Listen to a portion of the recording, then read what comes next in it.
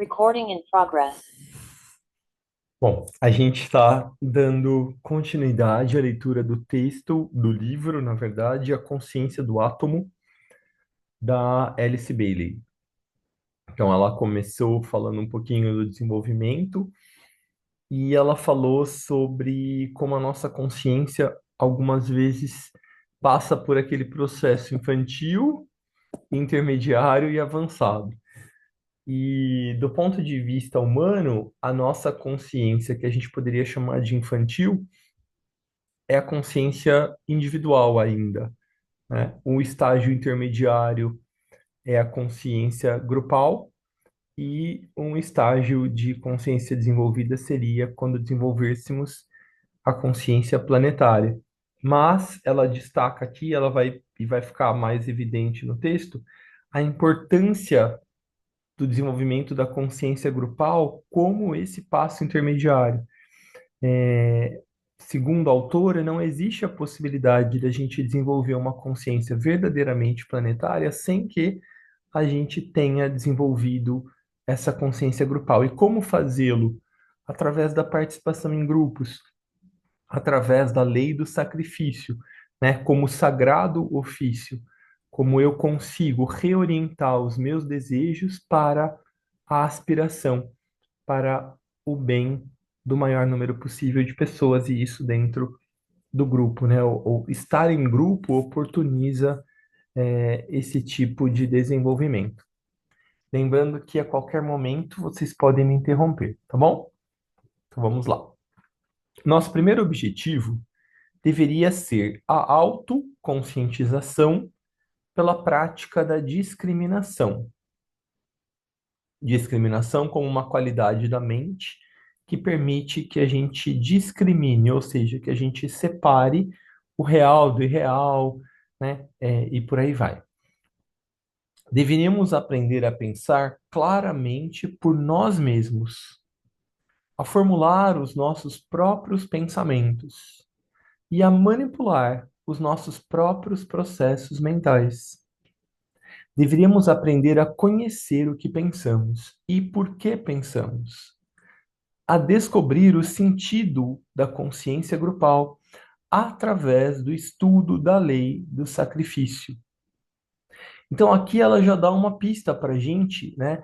É algo que o mestre tibetano costuma dizer, que todo ensinamento que é verdadeiramente espiritual, ele traz para o estudante autoconsciência, autonomia e liberdade. Então a gente precisa aprender através da autoconsciência, né?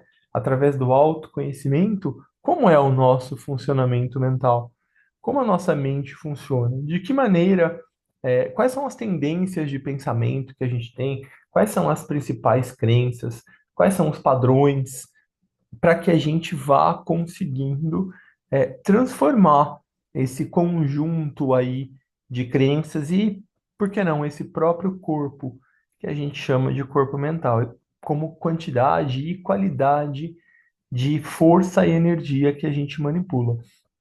Então, ela vai dando uma pista, então, através do autoconhecimento, através de compreender esses processos todos, e então convidar essa mente a primeiro entender o que que é a lei do sacrifício, né? Para daí depois a gente de fato, através da experimentação, compreendermos como que funciona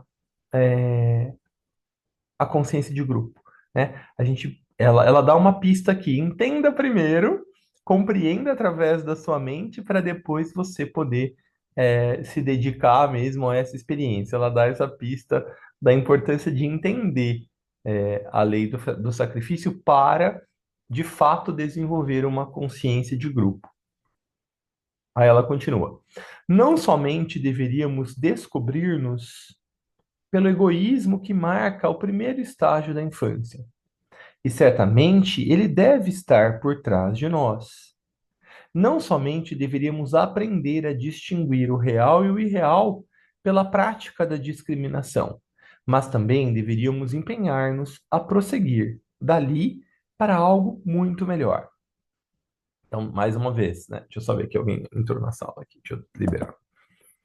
Mais uma vez, então, ela fala aqui que é normal que a gente tem esse estágio da infância, né? Egoísta, mas que a gente não fique aí. Tem um pensamento oriental que diz que não há nenhuma pessoa altruísta que não tenha sido egoísta. Ou seja, faz parte do nosso processo de desenvolvimento da consciência. Mas não devemos parar ali, né? Devemos prosseguir dali para algo muito melhor, como ela diz aqui. Nosso imediato objetivo deveria ser encontrar o grupo a que pertencemos. Não pertencemos a todos os grupos, nem podemos conscientemente compreender o nosso lugar ainda no grande corpo. Ou seja, a gente ainda não tem essa consciência planetária. É através do grupo que a gente vai desenvolvê-lo. Porém, podemos encontrar algum grupo onde tenhamos o nosso lugar. Algumas pessoas com as quais possamos cooperar e trabalhar. Algum irmão ou irmãos a quem possamos ajudar e socorrer. Isso realmente envolve o contato consciente do ideal de fraternidade. E até que tenhamos evoluído a etapa onde nosso conceito seja universal, significa encontrar o grupo especial de irmãos que podemos amar e ajudar pela lei do sacrifício e pela transformação do egoísmo em serviço amoroso. Então, olha só que interessante, né? Aquilo que eu havia citado no início da nossa reunião, que não é possível desenvolver de fato a fraternidade ou essa consciência planetária sem que a gente passe pela experiência do convívio grupal que oportuniza essa consciência de grupo. E aí, mas como que eu vou encontrar o meu grupo certo? Ela diz aqui, né? Nem todos os grupos são os nossos. Eu penso que é a partir dos ideais que movem, do propósito que movem os grupos que a gente está procurando se filiar. A gente vê isso até no próprio mundo corporativo, né? Existe já há alguns anos uma orientação para missão, visão e valores das empresas. E a gente deve fazer a mesma coisa com os grupos que a gente procura se filiar. Qual é a missão ou o propósito daquele grupo? Ressoa com o meu? Quais são os valores daquele grupo? Ressoam com os meus? Qual é a visão desse grupo? Ressoa com o meu? A gente observa isso, né? A tão criticada Gen Z tem, claro, coisas a trabalhar, a desenvolver, mas tem essa busca bastante presente.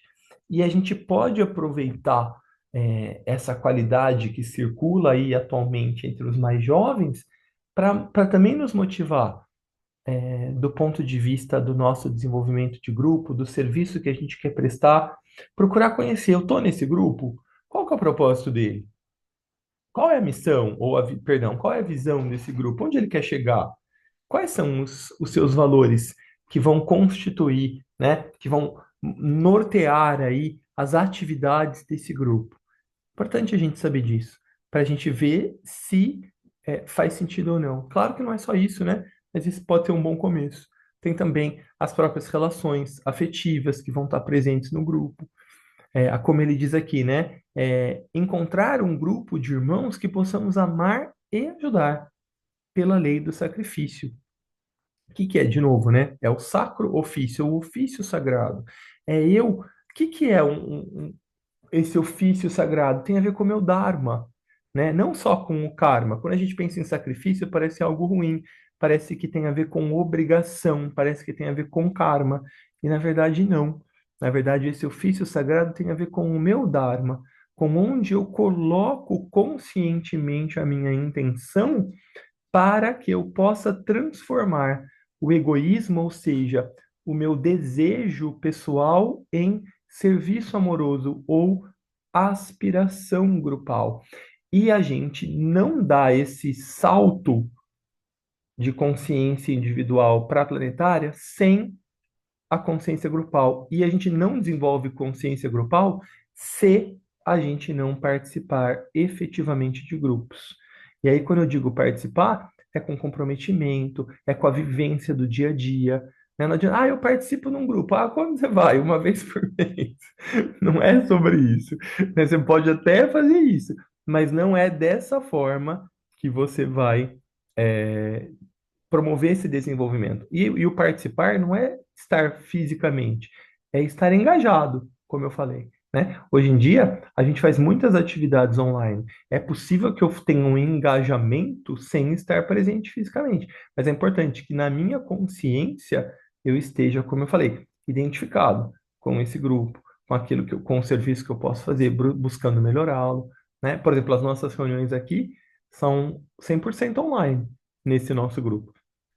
Então, é possível que a gente esteja participando dessa forma. E ainda assim que a gente esteja é, relacionado ou conectado com essas qualidades. Posso continuar? Alguma dúvida, algum comentário, alguma contribuição?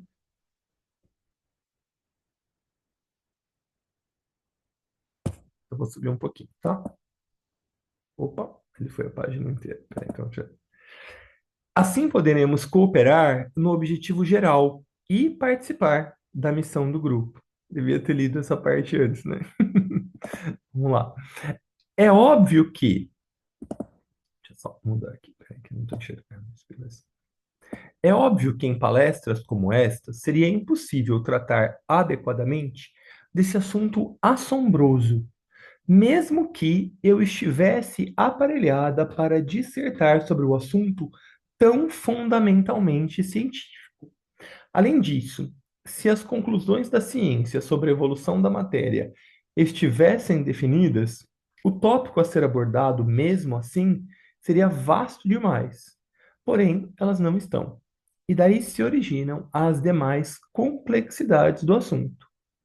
Portanto, quero prefaciar meus comentários dessa noite dizendo que meu objetivo é dirigir-me especialmente àqueles que não possuem nenhum treinamento científico e dar-lhes uma conceituação geral das ideias usualmente aceitas.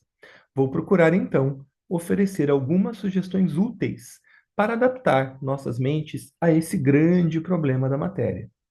Normalmente, ao se discutir o aspecto substância da manifestação, ele tem sido considerado como algo à parte. E só ultimamente foi que o que poderíamos chamar de psicologia da matéria começou a aparecer diante da mente do público, através das investigações e conclusões dos cientistas de mente mais arejada. Então, aqui ela está falando, né? Ela vai falar um pouquinho. O livro se chama A Consciência do Átomo. Então, ela vai dizer, ó, a ciência ainda não chegou nesse ponto, não tem ainda de forma precisa o que eu vou falar aqui, mas o que eu vou falar é o que é comumente aceito, principalmente nas tradições orientais antigas. Lembrando que um dos objetivos desse livro é construir a ponte entre ciência e espiritualidade, assim como foi a grande missão do livro, né, da obra-prima da Blavatsky, que é a Doutrina Secreta. E aqui, então, a Bailey vai falar que vai começar, a partir desse ponto do livro, a fazer essas relações. Ela está dizendo, né, já tem alguns, já tinha, né, esse livro tem 80 anos, já tinha nessa época cientistas com a mente mais arejada, ou seja, fazendo aquilo que a ciência deve fazer, que é testar hipóteses, para então confirmar sim ou não. E aqui ela vai falar um pouquinho disso para a gente. Ops. Vocês se recordarão de que na semana anterior procurei demonstrar de maneira ampla e geral que havia três modos de abordagem para o estudo do universo material. Primeiro, né, há a linha que só leva em consideração o aspecto materialista, que somente se ocupa com aquilo que é visto, tangível e que pode ser provado. Uma segunda linha é a do sobrenaturalismo, que reconhece não tanto o lado material das coisas, como o que é considerado divino. Ela trata do lado da vida e do aspecto espiritual, considerando a vida como uma força estranha ao sistema solar e ao homem, perdão, como uma força estranha ao sistema solar e ao homem, e considerando essa força como um grande agente criativo, o qual cria e guia o universo objetivo, e todavia situa-se fora dele. Estas duas linhas de pensamento são apoiadas pelo cientista que é francamente materialista, ou seja, pelo cristão ortodoxo e pelo deísta de qualquer denominação. Aqui, o que que ela está contando para a gente, né? Deixa eu só baixar um pouquinho.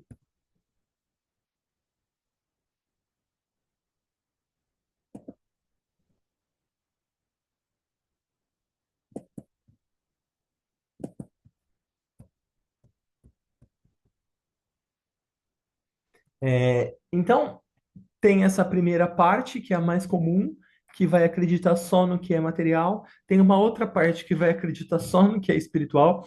E a gente vai perceber que, infelizmente, esses dois vão ser a maioria. Por quê?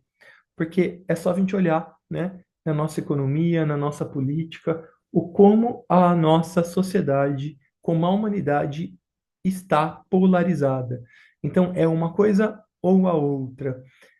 Isso é natural do desenvolvimento, mas é esse desenvolvimento mais rudimentar ou mais infantil. Ou você é do meu time, ou você joga contra o meu time. E a gente vai ver que tem uma terceira via que vai buscar fazer essa síntese e essa integração para chegar à unidade. Então, na verdade, esse é o caminho que a gente quer percorrer sempre, né? Em todas as áreas da nossa vida. Indiquei a seguir uma terceira linha de abordagem do problema, do conceito chamado idealístico. Ela reconhece a forma material, mas vê também a vida dentro dela e postula uma consciência ou inteligência que evolui através da forma exterior. Vocês perceberão que essa é a linha a que darei mais ênfase nessas palestras.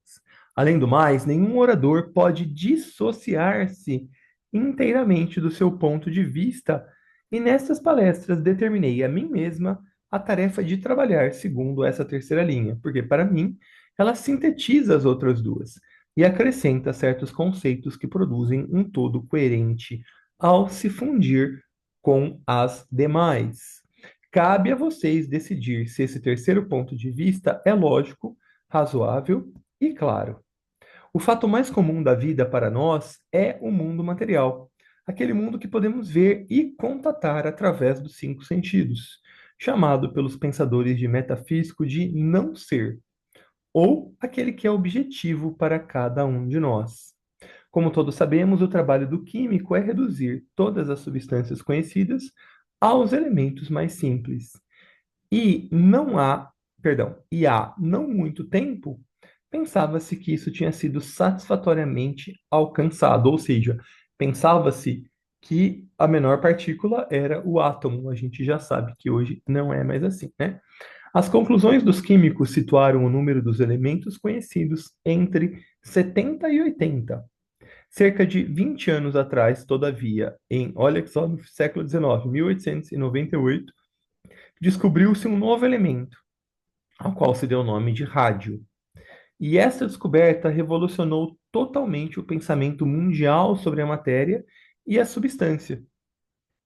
Se forem aos livros do século passado, 19, né, ou pesquisarem em dicionários antigos, procurando a definição do átomo, por exemplo, encontrarão Newton sendo citado.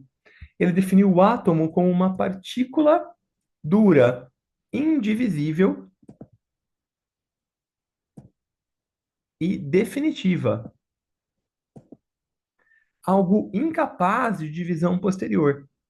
Esse era tido como o átomo último do universo. E o cientista da era vitoriana o chamava de a pedra fundamental do universo. Eles achavam que haviam ido até onde era possível ir e que haviam descoberto o que havia por trás de toda a manifestação e da própria objetividade. Quando, porém, o rádio e as outras substâncias radioativas foram descobertas, um aspecto inteiramente novo da situação teve de ser encarado. Tornou-se claro que o que era considerado a última partícula não o era de modo algum. Agora, a definição de átomo que temos é, citando o dicionário de Standard, um átomo é um centro de força, uma fase dos fenômenos elétricos, um centro de energia ativo por meio de sua própria composição interna e desprendendo energia ou calor.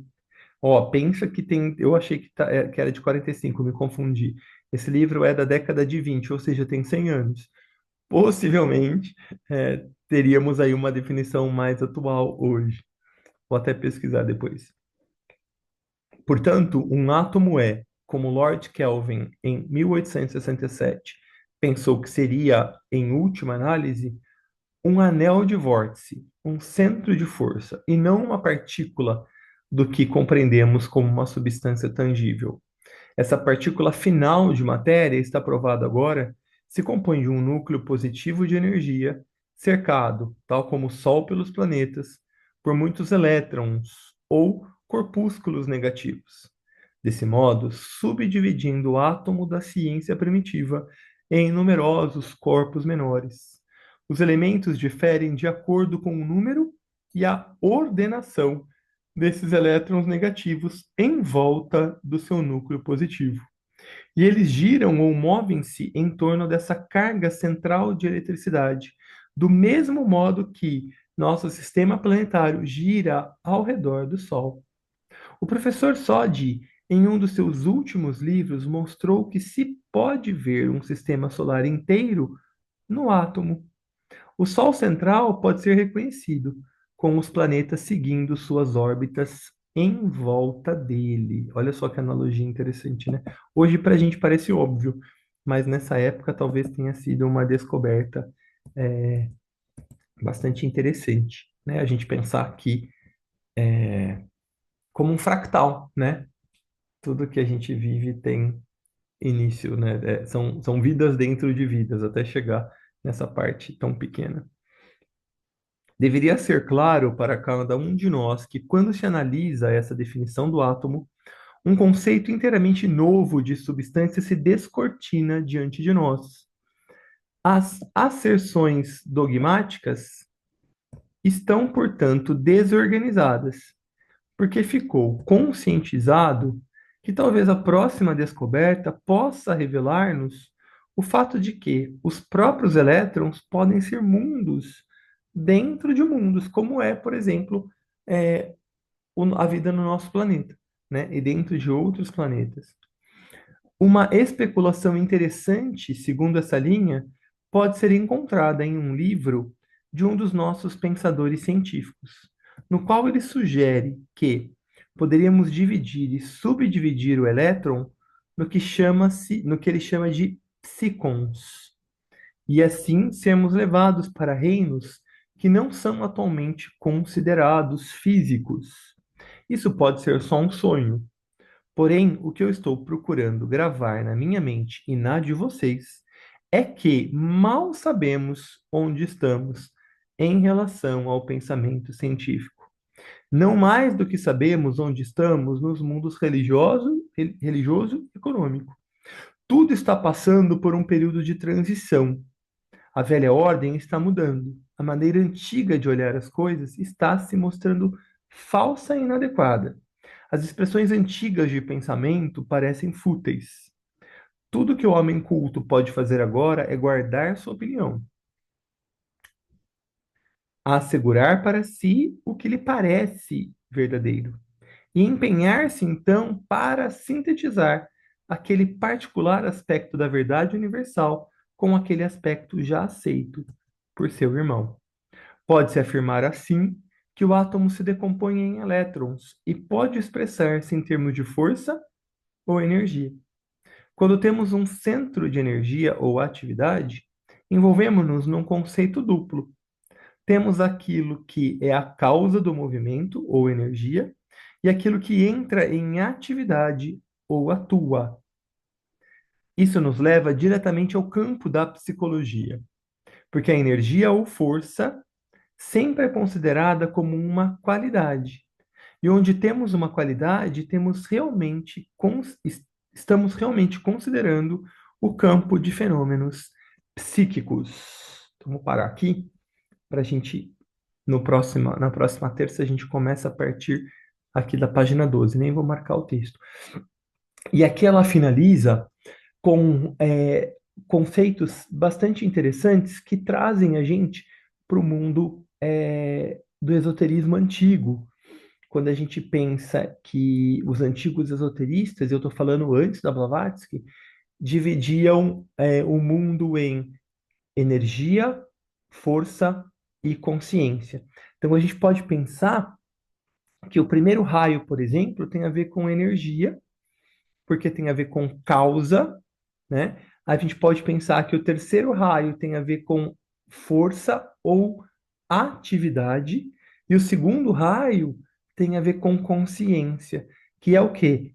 É o que surge a partir desse atrito, né? É o que vai surgir a partir de como a energia está atuando na força, né? O atuar, né? O relacionar desses dois produz a consciência. E a consciência se desenvolve utilizando a forma, né? Ou a atividade, e como ela é condicionada por essa energia ou, né, pelo agente causal. Não à toa, o corpo que reveste a nossa alma é chamado de corpo causal, ou seja, ele que vai fazer aí, que vai determinar essa atividade material, e a partir dessa atividade material, a nossa consciência se desenvolve. Aí, o que a Bailey quer mostrar para a gente?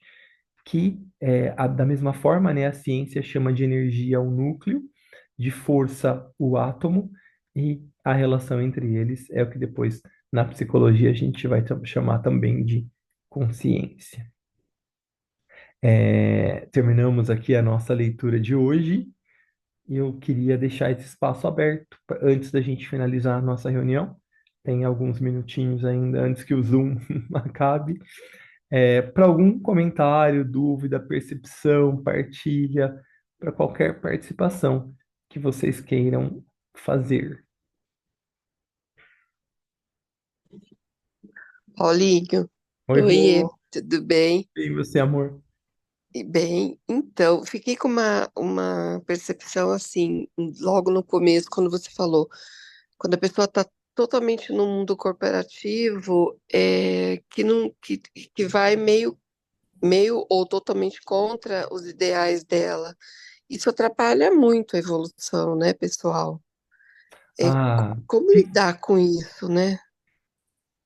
olha, Rô, nem sempre é fácil, né? Porque Uhum, muitas vezes a gente fica também preocupado, né, com a questão material e tudo mais. Eu penso que deve ser feita uma reorientação gradual, sabe? Primeiro mesmo, uhum, uma autopercepção desenvolvida. Quais são os meus valores? Quais são os meus objetivos? Eu acho que o primeiro passo é deixar isso mais claro para a gente. E aí, uhum, ir numa busca mesmo, né? Mesmo que seja lenta e gradual, mas fazer esse movimento, porque uma hora vai se descortinar, né? A lei da atração, a gente precisa pensar de uma forma não como foi trazida no segredo, de forma mística, né? Ou até sim, fantasiosa, mas a gente entender que é uma das leis do universo e que conforme eu faço um movimento em direção a esse propósito, é, eu também vou sendo atraído por ele.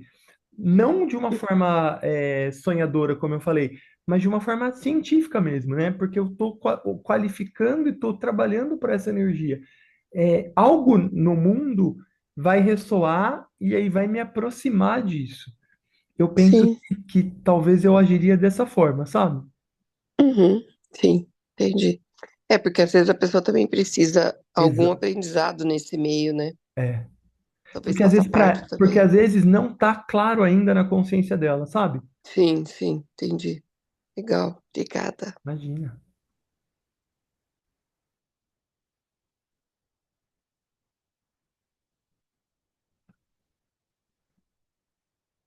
Mais alguém?